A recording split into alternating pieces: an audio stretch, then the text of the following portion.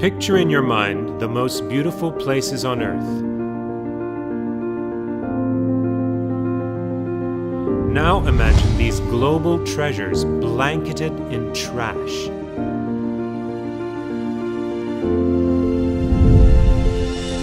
These are not scenes from some apocalyptic nightmare or sci-fi movie. This is reality of what will actually happen unless we take action now. We have already had numerous grim glimpses of this very real nightmare from around the world. Waves of garbage washing up onto the shore in the Dominican Republic. Streets left blanketed with trash after flooding in India. Idyllic Pacific Island beaches and underwater scenery marred by plastic debris. Actual continents of plastic forming in the oceans, the largest of which is 3 times the size of France, with an estimated weight equal to 500 jumbo jets. This is one of countless landfills, strewn with largely non-recyclable garbage as far as the eye can see. To manage the waste which lies on the surface already seems an insurmountable task, but there is more that lies beneath, not to mention the trash that is washed out into the oceans by flooding. And the problem is only getting worse.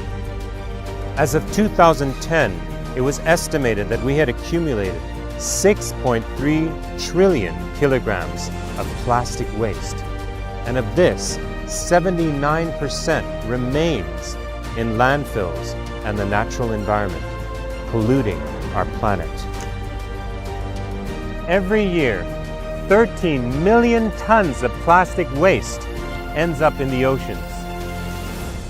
It is expected that by the year 2050, a festering mass of 12 billion tons of plastic waste will be polluting our Earth. And the weight of plastic in the oceans will exceed the total weight of fish. Such plastic takes over 450 years to degrade. But then what? Then this toxic pollution is absorbed into the ground and natural waterways. Plastics in the sea gradually break down into smaller and smaller pieces called microplastics, which are eaten and absorbed by fish and other sea life, is entering the food chain. More and more, we are eating plastic. Our hearts have been wrenched by chilling images of turtles, of birds, of whales, of seals suffering and dying, starving to death, being strangled because of our plastic pollution. That should be bad enough to drive us into action. But the question we must now ask ourselves is, what will all this plastic pollution do to humans?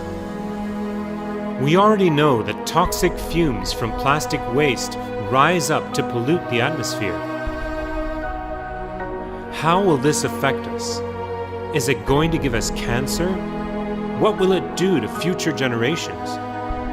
To our children? Will their growth be stunted? Will life expectancy decrease? Clearly, we must find a solution, but what can we do with all this plastic? In our world today, we see a growing army of people determined to wage war against plastic waste and make a difference.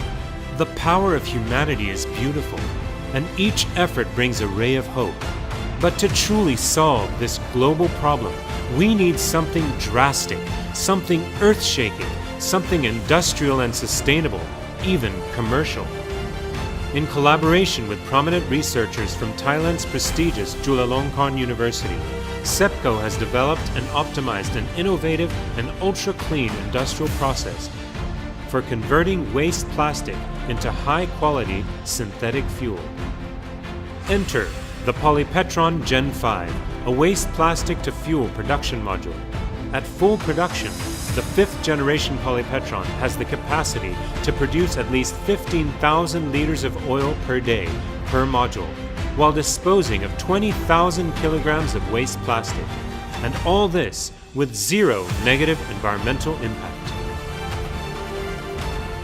Join me in our next episode, where we will be meeting with Dr. Mehta Wiset Sombat, the co-founder of Sepco Industries, and we will get to see up close the evolution of the Polypetron, and most importantly learn how this innovation can help solve the massive global crisis of excessive plastic waste by converting it into energy in the form of fuel.